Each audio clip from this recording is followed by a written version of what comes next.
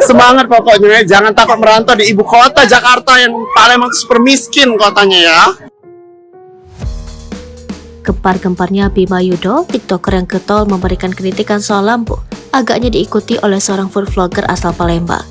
Food vlogger yang diketahui bernama Nando itu pun memberikan kritikan pada kota asalnya yakni Palembang. Namun karena dinilai bukan sebagai kritikan melainkan penghinaan, Nando justru mendapatkan reaksi berbeda dari warganet.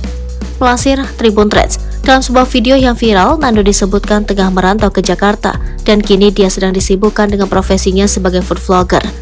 Awal mula Nando food vlogger bisa viral lantaran saat bertemu dengan teman-temannya.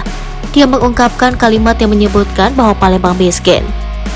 Dalam unggahan tersebut, pria yang diketahui bernama Nando itu membagikan unggahan Instastory bersama kedua temannya yang juga berasal dari Pulau Sumatera.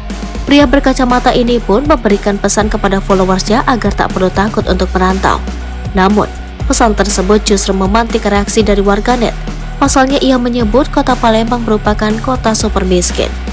Pernyataan itu disampaikan Nando sebagai keluhan orang Palembang lantaran dirinya pernah bekerja lembur tanpa dibayar. Tak butuh lama usai video pernyataannya menyeret kota Palembang, pria berprofesi sebagai food vlogger Palembang itu menyampaikan permintaan maaf. Pemuda bernama Nando Chen meminta maaf usai menuai kecaman karena menyebut Palembang sebagai kota miskin. Dalam video unggahannya, Nando mengaku bersalah dan tak berniat menyinggung masyarakat Palembang. Oke teman-teman, aku Nando Chen dari Palembang. Aku pribadi minta maaf atas perkataan aku dan perbuatan aku menyinggung kalian yang tadi menyebut kota Palembang miskin, ujar Nando Chen. Aku nggak bermaksud apa-apa.